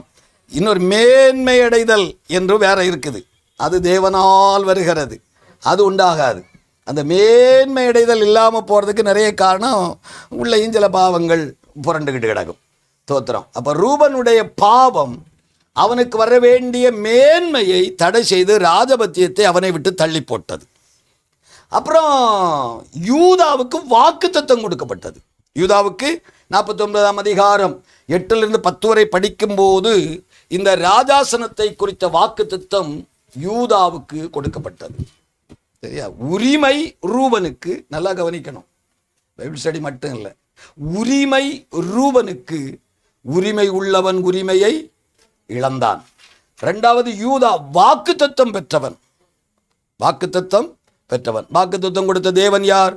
உண்மை உள்ளவன். வாக்குத்தத்தத்தின் தேவன் எபிரேயர் 10:23 சொல்லுது, வாக்குத்தத்தம் பண்ணின தேவன் உண்மை உள்ளவர், இல்லையா? உண்மை உள்ளவராக இருக்கிறார். சரி, அப்போ உண்மையுள்ள தேவன் சொன்ன வாக்குத்தத்தம் யூதாவிடத்தில் நிறைவேறலை. புரியுதா? 1ஆம் தேதி வாக்குத்தத்தம் வாங்கியிருப்பீங்க எல்லாரும், போன வருஷம் வாங்கியிருப்பீங்க. நிறைவேறுச்சுதா? எனக்கு பாஸ்டர்ஸ் மீட்டிங்கில் கேட்டு மண்டையை குழப்புற ஒரு கேள்வி அது. போன வருஷம் வாக்குத்தத்தம் என்ன? நீ வலதுபுறத்தில் இடதுபுறத்தில் இடம் கொண்டு பெருகுவாய். சரி, நல்ல காரியம். டிசம்பர் வந்தாச்சு, இப்போ ஜனவரியில் அதை கேட்டேன் இந்த மீட்டிங்கில். எவ்வளோடா பெருகின? 2 பேருக்கு ஞான ஸ்நானம் கொடுத்தேன். நீ வலதுபுறத்தில் இடதுபுறத்தில் இடம் கொண்டு பெருகுவாய்ன்னு வாக்குத்தத்தம் எத்தனை பேர் வந்திருக்கு? அப்போ எவ்வளோ பெருகிருப்பா? இந்த வருஷம் வாக்குத்தத்தம் என்ன? யூதாதான் ராஜா, நீதான் ராஜா, செங்கோல் உன்னை விட்டு நீங்க, நீதான் இஸ்ரவேல்ல ராஜா. வாக்குத்தத்தம் நடந்துதா? நடக்கல. வாக்குத்தத்தம் நிறைவேறுச்சுதா? நிறைவேறல. பொய் சொல்லியிருப்பாரோ? இல்லை, சொன்னவருக்கு நிறைவேற்ற வல்லமை தான் இல்லையோ? ரோமர் 4:22 வாக்குத்தத்தம் பண்ணின தேவன் வாக்குத்தத்தம் பண்ணதை நிறைவேற்ற வல்லவராய் இருக்கிறார் என்று ஆபிரகாம் நம்பி தேவனை விசுவாசித்து வல்லவனாய் போய் காரியத்தை சாதித்தான். நிறைவேற்ற அவருக்கு வல்லமையும் உண்டு. சொன்னதை பொய்யும் சொல்ல மாட்டார். ஆனால் நடக்கலை. ஆனால் வாக்குத்தத்தம் நடக்கலை. இந்த கல்லின் மேல் சபையை கட்டுவேன், பாதாளத்தின் வாசல் கதை. சபை அடிச்சு நுழைக்கிட்டு நடக்கிறான். சபையெல்லாம் சின்ன பின்னமாகுது. கோபுரம் இந்த அமெரிக்காவுக்கெல்லாம் அங்கே வர்றாங்க. கோபுரம் உயர்ந்த சபைகள் எல்லாம் க்ளோஸ் பண்ணி கோயிலாக மாறிட்டு இருக்குது. கோபுரம் உயர்ந்த பெரிய பெரிய ஆலயங்கள் எல்லாம் பிசாசுண்டமாய், பாதாளத்தின் வாசல்கள் மேற்கொள்ளாதுன்னு வாக்குத்தத்தம். இப்போ பாதாளமே உள்ள குடி இருக்குது. ஆலயம் போயிடுச்சு, ஆராதனை போயிருச்சு, சபைங்கிற பேடு போயிருச்சு. இப்போ பாதாளத்தின் வாசலாக உள்ள இருக்குது. காரணம் பாவம். யூதா என்ன பாவம் செய்தான்? ஆதியாகமம் 38 யூதா செய்த பாவத்தை படிக்கலாம். ஆதியாகமம் 38:1-2 வசனங்கள். ஏன் இழந்தார்கள் வாக்குத்தத்தம்? நம்ம பென்யாமீனை பற்றி தான் படிக்கணும். அதை படிக்க, இதை தெரிஞ்சாதான் பென்யாமீனை பற்றி புரிய முடியும். அக்காலத்திலே யூதா தன் சகோதரரை விட்டு ஒன்று இருக்க வேண்டிய ஃபெல்லோஷிப்பை இழந்தான், ஐக்கியத்தை இழந்தான், சகோதரத்துவ ஐக்கியத்தை இழந்தான். யாரோட ஐக்கியமாக இருக்கணுமோ அவங்களோட இருக்கணும். எந்த குடும்பத்தில் இப்போ நமக்கெல்லாம் பெரிய குழப்பங்கள் என்னென்னா, எனக்கு இப்போ சென்னையில் இப்போ நடந்த ஒரு உண்மையான சம்பவம். ஒரு நல்ல தம்பி, நான் தான் பேப்டிஸ் எல்லாம் கொடுத்தேன், சோத்திரம். டிசம்பர் கடைசியில் வந்து நான் இனிமேல் இங்கே வரமாட்டேன். ஏண்டா வரமாட்டேன்? எனக்கு பிடிக்கவில்லை. ஏன்? பாஸ்டர் ஒழுங்காக ஜெபிக்கவில்லை, பாஸ்டருக்கு ஆத்தும பாரம் இல்லை. அப்போ நீ ஜெபிக்க வேண்டியதானே? உனக்கு ஆத்தும பாரம் வரலாம் இல்ல? ஆத்தும பாரம் இல்லாத ஜெபிக்காத சபைக்கு நான் போக மாட்டேன். நீ எப்படி வந்தா? உன் ஃபேமிலி முழுவதும் சாவ வேண்டிய குடும்பம், மரணப்பள்ளா குழியில் நின்ன குடும்பம், பயங்கரமான இந்த குடும்பம். ஒன்றை ஜபம் பண்ணி உனக்கு சுவிசேஷம் சொல்லி ஆத்ம பாரம் இருந்ததானே நீ உன் குடும்பம் எல்லாம் உள்ள வந்திய. இன்னைக்கு உனக்கு பாசுக்கு ஜபம் இல்லை, ஆத்ம பாரம் இல்லைங்கிற. சகோதரனை விட்டு பிரிந்தான். ரட்சிக்கப்பட்ட சபையில் ஒழுங்கா இருக்கணும் தேவனுடைய பிள்ளைகள். ஆமாம், ஐக்கியமான சபையில் ஒழுங்கா இருக்கணும், மரியாதையோட இருக்கணும். அவருக்கு அது இல்லை இவருக்கு இது இல்லைன்னு புடுங்கிட்டு போகக்கூடாது. ஆமாம், அன்னைக்கு தெரியலை நம்ம ஆட்களுக்கு. நல்ல கொஞ்சம் அங்கே ஏதாவது கொஞ்சம் அப்படி காட்டினோடனே அந்த ஆள் அங்கே போகிறது, அப்படியே பறந்துடுறது. ஆமாம், படம் பிடிச்சோடனே. ஆமாம், அதெல்லாம் ஆகாது. பாபிலோன் ராஜாவை வச்சார், பாபிலோன் கீழே இருக்கணும். எகிப்துக்காரன் பச்சை கொடி காட்டத்தான் செய்வான். எகிப்து கொடி காட்டின உடனே அந்த பக்கம் காலை நீக்கி வச்ச சரித்திரம் முடிஞ்சு போகும். வாக்குத்தத்தம் நிறைவேறல, ஆண்டவர் சொன்ன வார்த்தை நிறைவேறல. நிறைய குடும்பங்கள்ல தான், அது மறந்துடக்கூடாது. எங்க ஆண்டவர் நம்மை நாட்டினாரோ சாகிறத விட அங்க நின்று கனி கொடுக்கணும். சில நேரம் தண்ணி ஊத்தாமலும் இருக்கலாம். சில நேரம் நினைச்ச பலம் போடாமலும் இருக்கலாம். அதுக்காகலாம் புடுங்கிட்டு ஓடுற வேலை இந்த யூதா தான் அதுக்கு அடையாளம். தன் சகோதரரை விட்டு பிரிந்து போயிட்டார் ஐயா. முதல் தவறு அது. அங்க பிரிஞ்சு போனா என்ன நடக்கும்? அங்க படிங்க அடுத்தது. போய் சேர்ந்தான். யார கல்யாணம் பண்றாரு போய்? யார் இவரு? யூதா. இவர் யாரு? இப்ப யார கல்யாணம் பண்ணிட்டு நிக்கிறாரு? கானானிய பொண்ண. ஐக்கியம் இப்ப எங்க? கானானியனோடு. சபிக்கப்பட்ட கூட்டத்தை. அதான் சபிக்கப்பட்ட கூட்டத்தோட. எங்க ஒழுங்கா குடும்பத்தோட இருந்திருக்கணும், பிறந்த வீட்டுல இருந்திருக்கணும், வளர்த்த தகப்பம் கூட இருந்திருக்கணும். இங்க இருக்கிறதுக்கு மனம் இல்ல, அடிச்சுக்கிட்டு முடிச்சுக்கிட்டு ஓடிட்டார் சாமர்த்தியத்தை காட்டிக்கிட்டு. இப்ப அங்க போனவர் உறவு சபிக்கப்பட்ட சந்ததியோட, சாப சந்ததியோட உறவு. பரலோக தேவன் பார்த்துக்கிட்டார், உனக்கு வாக்குத்தத்தை நான் தந்ததெல்லாம் சரிதான், அது இப்ப நிறைவேற வேண்டாம், இப்ப அது நிறைவேற வேண்டாம், கொஞ்சம் பார்த்து பண்ணலாம் அப்படின்னு ஆண்டவர் அவனை பெட்டிக்குள்ள அடைச்சிட்டாரு. தோத்திரம். ரொம்ப கவனிக்கணும் கர்த்தருடைய பிள்ளைகள். பைபிள் நிறைய நமக்கு கற்றுக் கொடுக்கிறது. நிறைய பேருக்கு புரியல. ஆண்டவர் ஒன்றும் பொய் சொல்லுகிறவர் அல்ல, அவர் மனிதன் அல்லவே, மனமாறுவதற்கு சொன்னதை செய்யாதிருக்கிற தேவன் அல்லவே. அதனால இன்னைக்கு ராத்திரி இந்த பைபிள் ஸ்டடியில் இருக்கிற உங்களுக்கு ஒரு பாடம். வாக்குத்தத்தங்களை பெறுகிறீர்கள், நல்லது. அது வாழ்க்கையில நிறைவேறுவதற்காக பிரயாசப்படணும். அதற்கு வழி ஃபெல்லோஷிப்பை காத்துக்கொள்ளுங்கள், ஐக்கியத்தை விளந்து விடாதிருங்கள். எங்க இருக்கணும் அங்க ஒழுங்கா இருந்துருங்க. ஆண்டவரோட கூட இருந்து அந்த ஐக்கியத்துல போனா கானானு உள்ள வர மாட்டாங்க, சாபக்கேடுகள் உள்ள வராது, அந்த சந்ததி உள்ள வராது. அவங்க தோளில கை போட மாட்டான். சங்கீதம் ஒண்ணு நமக்கு பாடம் சொல்லுது இல்லையா? துன்மார்க்கன், பாவி, பரியாசக்காரன், அவங்க பக்கமா திரும்பிடாதீங்க இல்லையா? Right, okay. இப்ப நம்ம சம்பவத்துக்கு வருவோம். இப்ப பென்யமீன் ராஜாவாகிறார். பென்யமீன் கோத்திரத்துல ஒருத்தன். அது எப்படி நடக்கும்? இவன் கடைசியில் உள்ளவன், இவன் கடைசியில பிறந்தவன். இவனுக்கு அந்த வர்றதுக்கு எந்த உரிமையும் கிடையாது. உரிமை இல்லை, வாக்கு தத்தமும் இல்லை. ஆனா அவர் ராஜாவாயிட்டார்.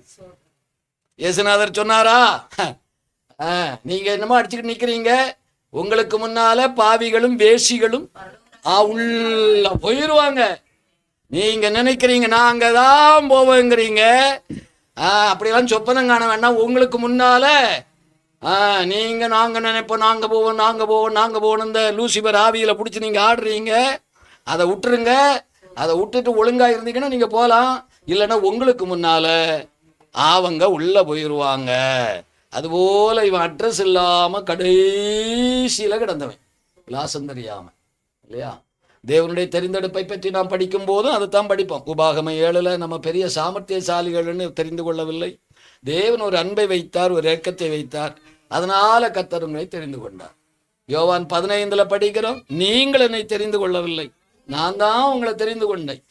1 கொரிந்தியர் 1 படிப்போம், நீங்க பெரிய சாமர்த்தியசாலிகள்னு உங்களை எடுக்கல, உங்களை பிரபுக்கள் இல்லை, ஞானிகள் இல்லை, பலசாலிகள் இல்லை, ஒண்ணுமே இல்லைதான்.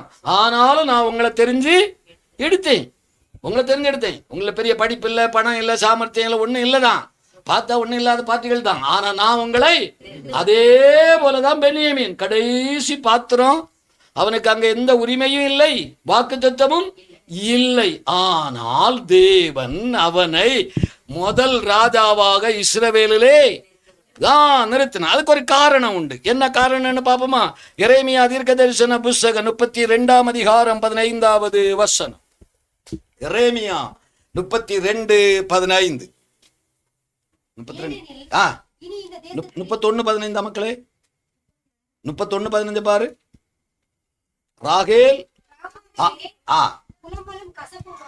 ராமாவிலே புலம்பலும் கசப்புமான அழுகையுமாகிய கூக்குரல் கேட்கப்படுகிறது. ராகேல் தன் பிள்ளைகளுக்காக அழுது பிள்ளைகள் இல்லாததினால் அவள் ஆறுதல் அடையாமல் இருக்கிறாள். புரிஞ்சுதா இருக்காவது? ராகேல் தன் பிள்ளைகளுக்காக அழுது கொண்டே இருக்கிறார். நிறுத்தலையாம். அவளுக்கு அழுகை, அவளுடைய கண்ணீர் இன்னும் நிக்கல. எரேமியா தீர்க்கதரிசி சொல்ற காலத்திலே நிக்கல. எரேமியா தீர்க்கதரிசி சொல்ற காலத்திலே நிக்கல. மத்தேயுவிலே இயேசுநாதருடைய காலத்திலே நிக்கல. அதை திருப்பி சொல்லுவாரு. ராமாவிலே அழுகையும் கூக்குரலும் உண்டாகி ராகேல் தன் பிள்ளைகளுக்காக அழுது கொண்டே இருக்க. அப்படி குடும்பத்துக்காக அழுகிறவர்கள் எல்லாம் ஒரு அல்லேலூயா சொல்லுங்கள் பாருங்க, சத்தமா சொல்லணும். ஜெபம் பண்ணுகிறவர்கள் நிறைய பேர் இருக்கிறார்கள். இயேசுநாதர் சொன்னாரா? சொன்னார். என்ன சொன்னாரு? அழாமல் லூக்கா 23:28 உங்களுக்காகவும் உங்கள் பிள்ளைகளுக்காகவும் அழுங்கள். தோத்திரம். எதிர்கால சந்ததி தேவனால் கனப்படுத்தப்படணும். அடுத்த தலைமுறை கர்த்தரால் ஆசீர்வதிக்கப்படணும். அடுத்த தலைமுறையை கர்த்தர் சிங்காசனத்துல வைக்கணும். அது ஒருவேளை ஒண்ணுக்கு ஆகாது போல பிறந்திருக்கலாம், சாமர்த்தியம் இல்லாம இருக்கலாம். ஆனா பெற்றோர்களின் கண்ணீர் பிள்ளைகளை உயர்த்த வேண்டிய இடத்துல உயர்த்தி வைக்கும். பெற்றோருடைய கண்ணீர் தலைமுறைகளை ஒருபோதும் கைவிடாது. ஒருவேளை நீங்க யாராவது கேட்குறீங்களான்னு தெரியல, கேட்டுக்கிட்டு இருக்கீங்க தெரியல. என் பிள்ளை சொன்னா கேட்க மாட்டேங்கிறாங்க பாஸ்டர், சர்ச்சுக்கு ஒழுங்க வரமாட்டேங்கிறாங்க பாஸ்டர், வாலிப பசங்களோட சேர்ந்து சுத்துறாம் பாஸ்டர் அப்படின்னு சொல்லுகிற அனுபவம் இருக்குமானால் நீ உன் பிள்ளைக்காக போய் அழு. முழங்கால உன் கண்ணீரை ஆண்டவுடைய பாதத்துல ஊற்று. வெளியே மற்றவங்ககிட்ட பிள்ளையை பத்தி குறை சொல்றதை நிறுத்திட்டு, என் பிள்ளை சொன்னா கேட்க மாட்டேன், அங்க போறான் இங்க போறான்னு அவனை அப்படி சொல்றதையும் நிறுத்திட்டு, அவன் உருப்படுவானா நல்லா இருப்பானான்னு சாபம் போடுற ரெண்டு வார்த்தையும் நமக்கு சாகதமா வரக்கூடியது. ஆமா, பிள்ளைகளை பற்றி அடுத்தாள்கிட்ட போய் கம்ப்ளைண்ட் சொல்றது நம்ம கூட ரத்தத்துல ஊறி போனது. பிள்ளைய பார்த்து உருப்படாம போவேன்னு சொல்லி சாபம் போடுறதும் எங்க அப்படி ஒண்ணு இல்லையோ? எதுக்கு? உண்மைன்னு சொல்லுங்க, உள்ளதுன்னு சொல்லணும். அங்க ஒண்ணு மூடியெல்லாம் மறைக்க விடாது. என்ன பிரதர், பிள்ளை ஒழுங்கா வரல, சொன்னா கேட்கல, என்ன நீ உருப்படுவியா? நீ நல்லா இருப்பியா? நீ நாசமா, அவன் வந்து ஏதாவது சேட்டை பண்ணுவான், நீ நல்லா இருப்பியா? நாசமா போவேன். இது நம்ம கூட பிறந்த இந்த சாபம் போடுறதை நிறுத்தி, சொன்னா கேட்க மாட்டான் அங்க போறான் இங்க போறான்னு குறை சொல்றதை நிறுத்திட்டு, பெற்றோர் பிள்ளைகளுக்காக தேவ சமூகத்தில் அழணும். அந்த கண்ணீருக்கு விலை உண்டு. தேவன் அதை கணக்கிலே வைக்கிறார். இந்த மாலை பைபிள் ஸ்டடியில உங்களுக்கும் ஆலோசனைகளாகவே இருக்கட்டும். படிக்கிறவர்களாக மட்டுமல்ல, வாழ்க்கையில அப்பியாசிக்கிறவர்களாக இருக்கணும். புரியுதா? அந்தரங்கத்திலே நீங்கள் வடிக்கிற கண்ணீர் ஒரு நாள் வெளியரங்கமாய் பிள்ளைகளுக்கு. அப்ப அப்படிப்பட்ட அனுபவம் உள்ள குடும்பங்களில் இருக்கிற பெற்றோருக்கு நான் சொல்லுகிற தைரியமான வார்த்தை, உங்க பிள்ளைகளை பத்தி கவலையே படாதீங்க. அவன் எங்க போனாலும் கர்த்தர் விடமாட்டார். ஒரு நாள் அவனை கொண்டு வந்து சிங்காசனத்துல வைப்பார். அவன் தப்பி போகவே முடியாது. பீறுகிற ஓநாய் தானே அவன், பீறுகிற ஓநாய் தானே அவன். அநியாயம் பண்ணி போனவன் தான். ஆனா அம்மாவுக்கு கண்ணீர் அதை கணக்கிலே வச்சிருக்கிற தேவன் துருத்தியில சேர்த்து வச்சு கணக்கு வைக்கிறார். ஒரு நாள் அதுக்கு பதில் தருவார். ஸ்தோத்திரம் இல்லையா? புலம்பல்ல நம்ம படிக்கிற நேரம் 2ஆம் அதிகாரத்துல 11வது வசனத்தில இருந்தே நிறைய படிப்போம். 2-3 வசனத்தை படிப்போம். 2 வசனத்தை படிச்சு பாருங்க, அங்க அருமையா எழுதியிருக்கும். புலம்பல் 2ஆம் அதிகாரம் 11வது வசனத்தையும் 12-19 என் ஜனமாகிய குமாரத்தியின் கண்ணீர் சொரிகிறது, என் கண் அதனாலே என் கண்கள் பூத்து போகிறது, என் குடல்கள் கொதிக்கிறது, ஈரல் இலை தரையிலே வடிகிறது, குழந்தைகளும் பாலகரும் நகரத்தின் வீதிகளிலே மூர்ச்சித்து கிடக்கிறார்கள். 19 படிப்போம். 13 வேணாம், 12 வேணாம், 19. எழுந்திரு, ராத்திரி முதற்சாமத்திலே கூப்பிடு.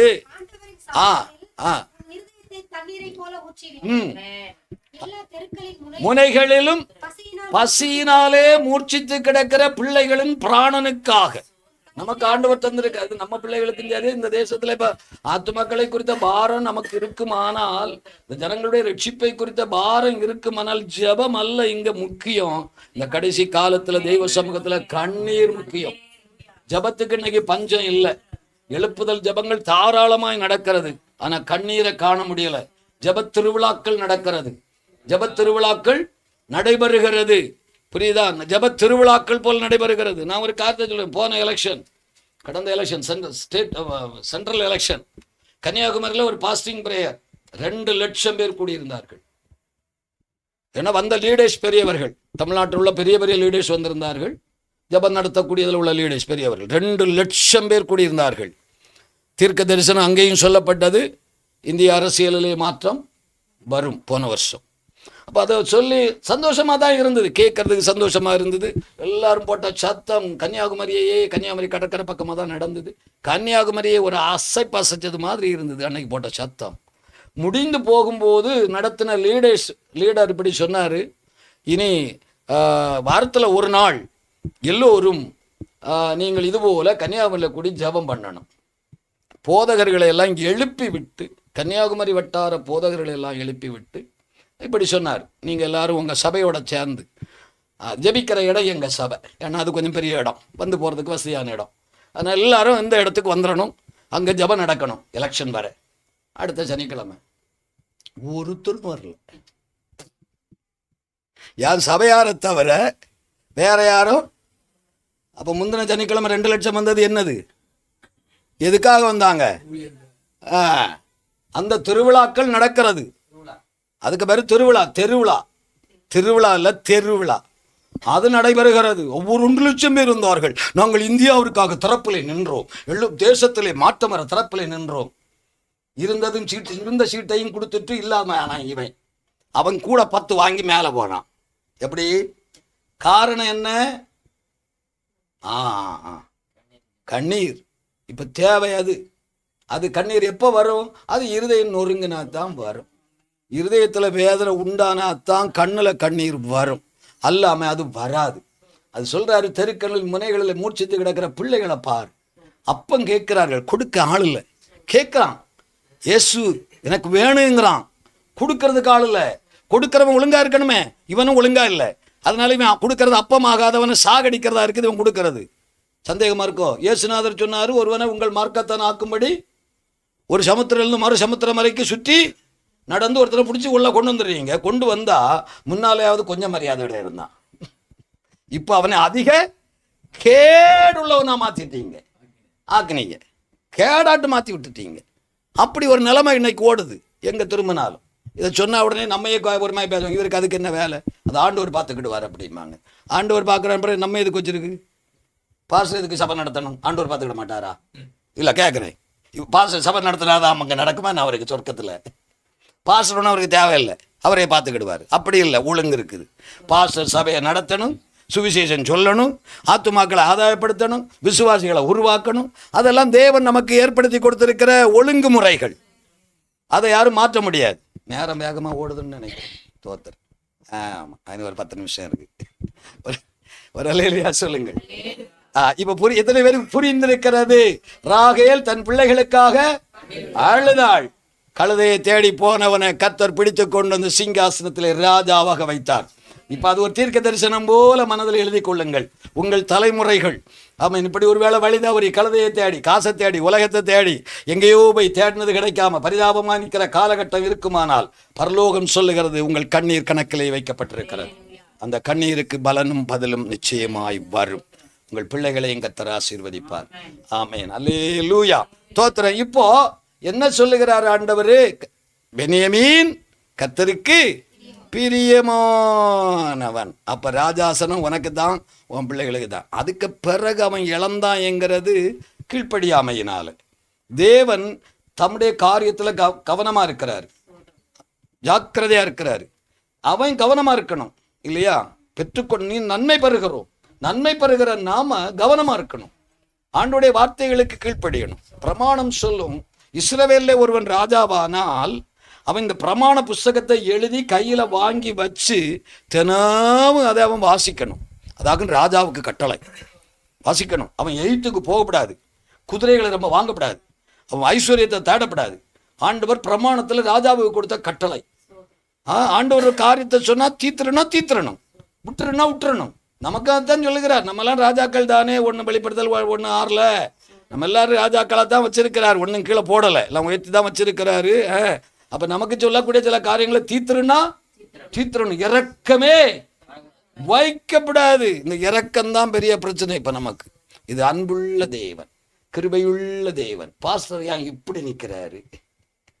பாஸ்டருக்கு இறக்கமே இல்லையா? நாங்க 6 நாளும் வேலை செய்து கஷ்டப்பட்டு ஞாயிற்றுக்கிழமை கொஞ்சம் சந்தோஷமா இருக்கலான்னு சபைக்கு வந்தா பாஸ்டர் இங்க எண்ணெயில போட்டு வறுத்து எடுத்துக்கிட்டு இருக்கிறாரு. இப்படி ஒரு சபைக்கு நம்ம போகணுமா? என்ன பல கேள்விகள் வருகிறது இல்லை? எனக்கு எங்க சபைக்கு வருது, அதனால எனக்கு லிமிட் தான் கூட்டம் இருக்கும். எங்க பிள்ளை ஒரு கம்ப்ளைண்ட் சொல்ல மாட்டாங்க. அவர் போன எண்ணெயில நல்லா வறுப்பாரு. உண்மைதான், நான் வறுப்பேன், ஏன்னா வாசனை வீசணும். வறுத்தாத்தான் வாசனை வீசும். வறுக்காட்டா வாசனை வீசவே வீசாது. நீங்க சிக்கனையோ மட்டனையோ ஃபிஷ்ஷையோ வீட்டில் வறுத்து பாருங்க, அதில் போறவனே மூக்க பிடிச்சிட்டு போவாங்க. மீன் வறுத்துக்கிட்டு இருக்கா, குழம்பு வச்சா போகுமாங்க? போகாது. அப்போ எண்ணெயில் போட்டு தான் வறுக்கணும். அதுதான் எங்கள் வேலை. அதனால எங்களை பற்றி என்னை பற்றி ஒரு கம்ப்ளைண்ட் சொல்லுவாங்க, இவர் ரொம்ப மோசமாக வறுக்கிறாரு. வாசனை வீசணும். ரட்சிக்கப்படுகிறவர்களுக்குள்ளும் கெட்டு போகிறவர்களுக்குள்ளும் நாங்கள் கிறிஸ்துவின் நற்கந்தங்களாக இருக்கணும். ஸ்தோத்திரம். அப்போ அதுக்கு இந்த காரியங்கள் நமக்கு தேவைப்படுது இல்லையா? ஸ்தோத்திரம். அப்போ இப்போ ஒரே வார்த்தைக்கு வந்து வேலையை முடிச்சிருவோம். கர்த்தருக்கு ஸ்தோத்திரம். என்ன சொல்லுகிறாரு? பென்யமீன் கர்த்தருக்கு பிரியமானவன். பென்யமீன் கர்த்தருக்கு பிரியமானவன் அப்படின்னு படிக்கிறோம். ஸ்தோத்திரம். கர்த்தருக்கு பிரியமானவன் என்ன செய்வான்? ஒரே வார்த்தை படித்து இப்போ முடிச்சிருவோம். நாளைக்கு சாயங்காலம் உங்களுக்கு கம்யூனியன் பிரசங்கம் இல்லாமல் இதேன்னா அது உள்ள டாப்பிக்கை வச்சேன்னா நாளைக்கு முடிச்சிடலாம். தோத்திரம். என்ன செய்வான் அப்படின்னு பார்ப்போமா? தோத்திரம்.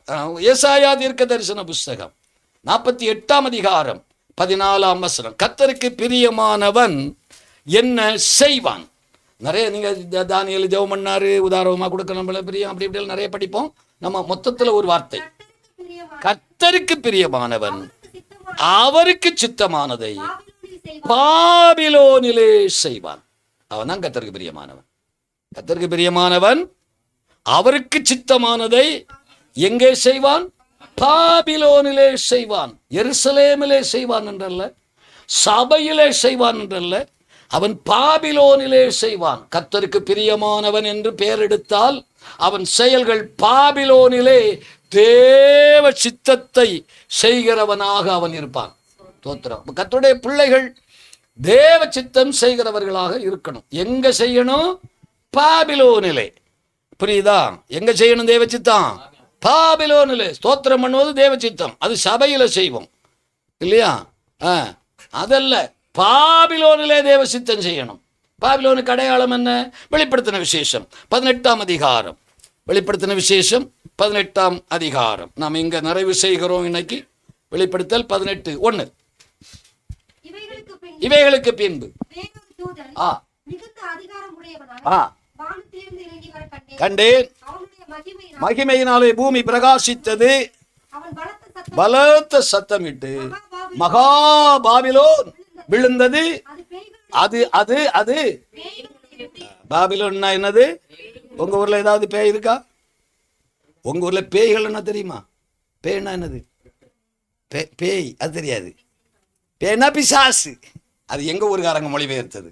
அதனால மலையாள இடத்தை வச்சு அந்த வார்த்தை தெரியாது. தமிழ் பைபிள் திருநெல்வேலி கன்னியாகுமரிக்காரங்களால மொழிபெயர்க்கப்பட்டது. அதனால அந்த வேர்டு எப்படி இருக்குன்னா எங்க ஊர் பாஷையில கொஞ்சம் இருக்கும். பேய்கள், பிசாசுகள், சாத்தான். பாபிலோன் அடையாளம் பேய்கள், பிசாசுகள் குடியிருக்கும் இடம். உங்க ஊர்ல ஏதாவது இருக்கா? எங்க வீட்டுக்குள்ளே இன்னொரு அண்ணன் இருக்கு பாஸ்டர். நாங்களும் ஜெபம் பண்ணித்தான் பார்க்கிறோம். இந்த சாத்தான் போகவே மாட்டேங்குது வீட்டை விட்டு. அது பாபிலோன். அது பாபிலோன், பேய்களின் குடியிருப்பு. அடுத்தது சகலவித அசுத்த ஆவிகளின் காவல் வீடு. ஆவிகள் அல்ல, அசுத்த ஆவிகள். இந்தியாவில் என்ன சொல்லலாம்? உங்க ஊரை என்ன சொல்லலாம்? உங்க தெருவை என்ன சொல்லலாம்? எல்லா அசுத்தமும் அக்கிரமமும் நிரம்பி எங்கே இருக்கிறதோ அது பாபிலோன். எங்க பிசாசுகள் குடியிருக்குதோ அது பாபிலோன். எங்கே அசுத்தமும் அநியாயமும் அக்கிரமமும் பெருகி இருக்கிறதோ அது பாபிலோன். அப்புறம் அசுத்தமும் அருவருப்புமான சகலவித பறவைகளின் கூடும். இதுதான் பாபிலோன். இங்க தேவ சித்தம் செய்யணும். எங்க பாவம் பெருகி இருக்கிற இடத்துல தேவ சித்தம் செய்யணும். ஆவிகள் பெருகி, அசுத்த ஆவிகள் பெருகி இருக்கிற இடத்துல தேவ சித்தம் செய்யணும். செய்ய விடுமா அந்த ஆவிகள்? விடுமா? எவ்வளவு விடலையே. அவ உள்ள பத்திரமா இருந்தா. வேலி அடைச்சு தோட்டத்துக்குள்ளார விட்டுக்கிட்டு போனாரு. தோட்டத்துக்கு வேலி அடைச்சு, தோட்டத்துக்கு கேட்டே கிடையாது. தோட்டத்துக்கு கேட்டு கிடையாது. ஏதேன் தோட்டத்துக்கு முதல்ல ஆமாம், சுத்தமாக அடைச்சி ஃபுல் லாக் பண்ணிக்கிட்டு நோவாவுக்கு பேழையை பூட்டினது மாதிரி பூட்டி சாவியை கொண்டு அவர் போனார். வார நேரம் அவர் தான் வந்து திறந்து உள்ள வரணும், வேற யாரும் திறக்க முடியாது. ஏவா சொப்பனத்துலேயும் திறக்க முடியாது. தோட்டத்தை உள்ள வேலை பார்த்துக்கிடணும், தின்னுக்கிடணும், படுத்துக்கிடணும். ஆனால் வெளியே ஒருத்தன் நின்னான், வெளியே போட்டவன். அது அவன் 3ல் அவனை காட்டு ஜீவன் அப்படின்னு எழுதி இருக்குது. அவன் தோட்டத்தில் உள்ளவன் இல்லை, காட்டில் உள்ளவன். தோட்டத்தில் ஆண்டவரும் ஆதாமும் ஏவாளும், காட்டில் கண்ட நாய்கள் எல்லாம். ஒரு அல்லேலூயா சொல்லுங்கள். தோத்திரம். தோட்டத்தில் கிடக்கிற பிள்ளைகளுக்கு காட்டில் இருக்கிற நாய்களோட என்ன வேலை? பண்ணலாமா? பண்ணக்கூடாதுல்ல. ஆண்டவர் பூட்டியாச்சு, உள்ள போட்டு நீ உள்ளதான் இரு, வெளியே தலையை காட்டிடாத. காட்டுனா கொத்திட்டு போயிடுவான். ஆமா, இப்படி லேசா அப்படி தலையை காட்டுன்னு அவ்வளவுதான், சாப்டர் க்ளோஸ். சும்மா ஃப்ரெண்ட்ஸோட போனோம், அதனால அப்படியே போயிட்டு வந்தோம் பாஸ்டர், அப்படியே தான் போகும், திருப்பி வராது. போனோமா, வேற வழி இல்லையா, ரொம்ப க்ளோஸ் ஃப்ரெண்டா கூப்பிட்டானா, வேற வழி இல்லை, போனோமா அந்த போய் தொலைகிறது தான். அதே தான் காட்டு ஜீவன். அது தோட்டத்துக்குள்ள உள்ளதில்லை பாம்பு. 3ஆம் அதிகாரம் 1ஆம் வசனம் ஆதியாகமம். சகல காட்டு ஜீவன்கள். ஏதேன் தோட்டமா காடா? தோட்டம். சபை தோட்டமா காடா? தோட்டம். காட்டு ஜீவன். அது எப்படி இதோட பேச உள்ள வர முடியாது, தோட்டத்துக்குள்ளால வர முடியாது. அப்புறம் அவ காம்பவுண்ட்ல எட்டி பார்க்க, அது உள்ள 2-3 அண்ணன் கிடைக்குது. காம்பவுண்ட கொஞ்சம் தூக்கி கட்டணும். யோபுக்க வீட்டுக்கு போய் எட்டி பார்க்க போச்சுது. யோபுக்க காம்பவுண்ட் ரொம்ப ஹைட்டு. யோபுக்க காம்பவுண்டு ரொம்ப ஹைட்டு. ஆண்டவர்கிட்ட போய் கம்ப்ளைண்ட் சொல்லுது, விருதாவா யோபு சேவிக்கிறான், நீ அவரையும் அவனுக்கு உண்டான எல்லாவற்றையும் சுத்தி வேறு அடைக்கவில்லையா? அவனை எட்டி ஒரு பார்வை பார்த்தலான்னு பார்த்தா முடியல. சேஃப்டி இல்ல, காம்பவுண்ட் வால் ஹைட்டு, அவன் பார்க்க முடியாத அளவுக்கு அப்படி கட்டணும். செக்யூரிட்டி வால் பரிசு, அவன் உள்ள வந்து பார்க்க முடியாம வெட்டணும். இப்போ இங்க ஒரு மிஸ்டேக் நடந்திருக்கும் போல, தோட்டத்துக்கு காம்பவுண்ட் கொஞ்சம் கம்மியா இருந்திருக்குன்னு நினைக்கிறேன். இவன் எட்டி பார்த்தா தெரிகிறது மாதிரியும், ஆமா தனியன் மாதிரியும் ஆண்டவரும் சரி கொஞ்சம் ஃப்ரீடம் கொடுத்துருப்பாரா இருக்கும். உள்ள 2 பேர் தானே கிடக்குறாவ. இப்போ அவர் என்ன நினைச்சிருப்பாருன்னா, நான் இதில் முடிச்சிடுறேன், என்ன நினைச்சிருப்பாருன்னு நான் யோசிக்கிறேன். நம்ம யோசனை வேற, மனுஷ யோசனை. என்ன யோசிப்பார், சரி 2 பேர் கிடக்குறாங்க, இந்த பிள்ளைகள் கொஞ்சம் ஃப்ரீடம் கொடுத்து கொஞ்சம் பார்த்துக்கிட்டோம் அப்படின்னு விடுவோம். வெளியே இந்த காட்டில் கிடக்கிற 4 ஜனம் வந்துன்னா இவங்க சுவிசேஷம் சொல்லி, என்னை பற்றி சொல்லி, தோட்டத்தை பற்றி சொல்லி, இவங்க தோட்டத்துக்குள்ளே கொண்டு வந்து எவ்வளோ போல் மாற்றிடுவாங்கன்னு ஒரு எதிர்பார்ப்போட வாழை கொஞ்சம் கம்மியாக வச்சு பரவாயில்ல போன்னு விட்டுருக்கலாம் இல்லையா? அப்படி நான் யோசிக்கிறேன். அங்கே கிடக்கிற ஆமா தானே, நம்ம எல்லாம் அப்படி தானே விட்டுருக்கிறாரு. ஜனக்கூட்டத்துக்குள்ளால, பாபிலோனுக்குள்ளால ஒரு நம்பிக்கை தான் ஆண்டவருக்கு. என் பிள்ளைகள் போனால் அங்கே என் சித்தத்தை செய்வார்கள். அங்கே போய் அதுக்கு அடிமைப்பட மாட்டாங்க. பாபிலோனுக்கு போய் இவங்க அடிமைகளாக ஆக மாட்டாங்க. அங்கே போனாலும் தேவ சித்தம் தான் செய்வாங்க. தானியேல் சொன்னானே, ராஜாவின் போஜனத்தினாலே என்னை தீட்டுப்படுத்த முடியாது. அது நான் வேற, பாபிலோனுடைய ராஜாவுக்கு சாப்பாடெல்லாம் பாபிலோன் வச்சுக்கிடணும். நான் ஒழுங்கா ஜெபம் பண்றபடி ஜெபம் பண்ணுவேன். நாளைக்கு பாபிலோன் ராஜா சொல்லணும், தானியேலின் தேவனே தேவன், தானியேலின் தேவனே தேவன், சாதராக் மேஷாக் ஆபேத்நேகோவின் தேவனே. அதுக்கு விரோதமாக ஒருத்தன் நாவு திறந்தான், அவன் வீடு சாம்பலாக்கப்படணும். நடக்குமா அப்படி ஒரு காலம்? பாபிலோனிலே தேவ சித்தம் நம்மளுக்கு நடக்குமா? உங்க தெருவில் இப்படி ஒன்று நடந்தாலே போதும். இந்த பக்கத்துக்கு என்ன பேர்? அசோக் நகர். இந்த நகருக்குள்ளால் நடந்தா போறோம். ஸ்தோத்திரம். நடக்குமா? நடக்கணும். அவனாக்கும் பென்யமீன். பென்யமீன் பிரியமானவன். அந்த வேர்டுக்கு அர்த்தம் கர்த்தருக்கு பிரியமானவனை கொண்டு அது நடக்கணும். அதுக்கு நம்ம செயல்படணும். இனி ஏவாளுக்கு நிலைமை வேற. அவள் அங்கே இருந்து கை குலுக்க போய் அவன் கொண்டு போயிட்டான். அப்படி போயிடக்கூடாது. லோ ஆமாம், நான் மலேசியாவுக்கு போயிருந்த போது ஒரு நல்ல, எப்போ போனாலும் அங்கே ஒரு நாள் தங்குவேன். நல்ல குடும்பம். மூத்த பையனுக்கு கல்யாணம் ஆயிருந்து போகிற வேலையில் இந்து பொண்ணை கல்யாணம் பண்ணி நான் அவனை கூப்பிட்டு, எப்படிடா பண்ண? ஒரு ஆத்மாவை ஆதாயம் பண்ணேன் பாஸ்டர். ஒரு ஆத்மாவை சாலோமை அப்படி போய் தான் நாசமாக போனான். அவளை ஆதாயம் பண்ண போய் இவன் நாசமாக போனான். இப்போ அவள் கொடி பிடிக்கிறா, போகக்கூடாது சபைக்கு, நான் வரமாட்டேன், எங்கள் குடும்பம் வேறு, இனி வேறு என்ன செய்ய? ஆமாம், அவ்வளோதான். பாண்டவர்கிட்ட போய் நின்னா, நீ என்ன கேட்டா பண்ணன, ஆகார் என்ன சொல்கிற, சாரா என்ன சொல்கிறாளோ போ போ. அன்னைக்கே கேட்டிருக்கணும். ஆகாரை விட்ட நேரத்தில் கேட்டியா? ஆகாரை கொண்டு முதல்ல விட்டா இல்லை, அப்போ என்கிட்ட கேட்டியா நீ? ஆண்டவரே ஆகாரை கொண்டு விடுறா, நான் என்ன பண்ண கேட்டியா? கேட்கலை. கையை பிடிச்சி குளிக்கிட்டே இல்லை அன்னைக்கு. இன்னைக்கு அவள் பிள்ளைக்கு மேலே கையை தூக்கின உடனே என்கிட்ட வந்து நிற்கிற, ஆகார் சொல்கிறபடி இதுப்பா. அப்படி நம்ம கூட்டம் அங்கே போயிடக்கூடாது, திருப்பி கொண்டு வரணும். அவன் தான் கர்த்தருக்கு பிரியமானவன். சரியா? இங்கேயே நிறுத்திடுவோம். கர்த்தர் உங்களை ஆசீர்வதிப்பார். கண்களை மூடி ஒரு சின்ன பிரேயர். சில நல்ல வார்த்தைகள் உள்ளே இருக்கிறது, சில ஆலோசனைகள். நம்ம எல்லாரும் இரத்தத்திலே கிடந்தவர்கள்.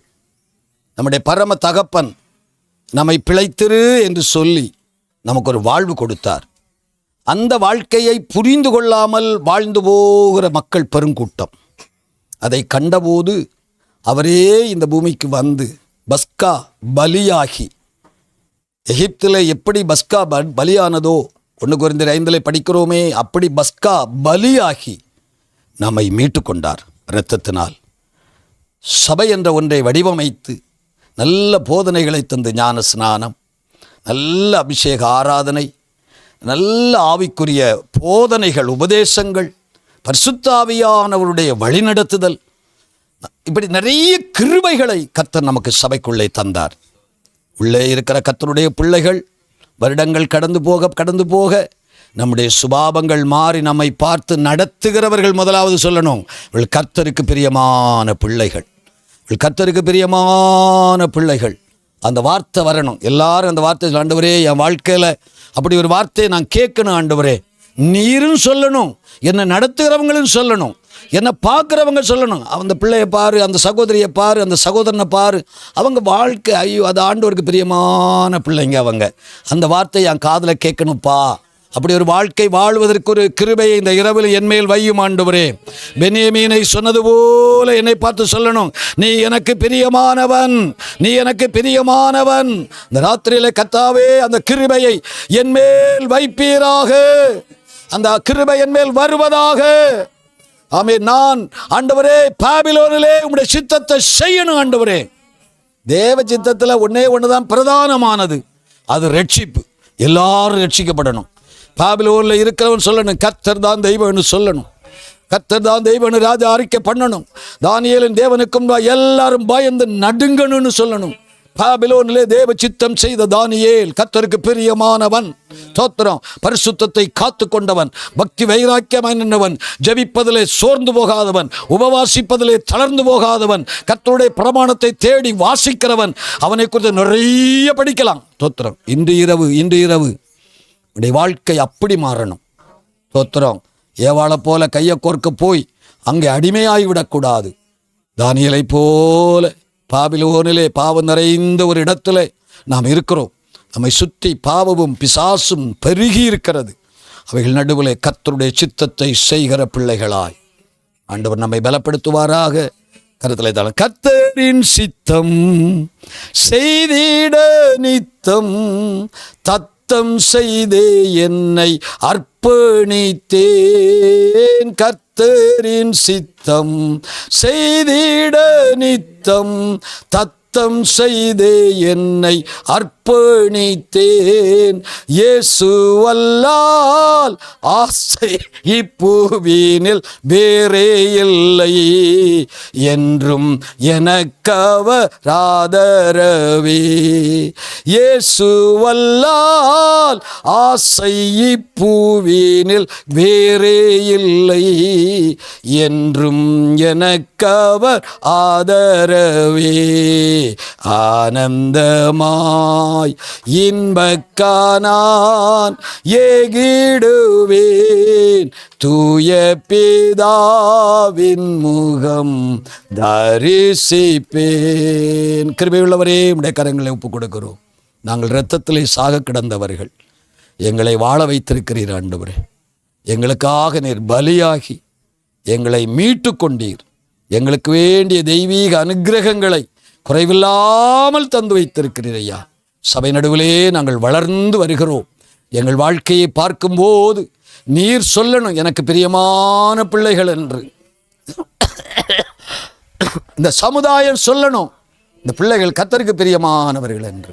அப்படிப்பட்ட ஒரு அனுபவத்தை நாங்கள் அடைய உமது கிருபை எங்களுக்கு தாரும், உடைய பலத்தை தாரும். அப்படிப்பட்ட பாக்கியங்களால் எங்களை நிரப்புவீராக.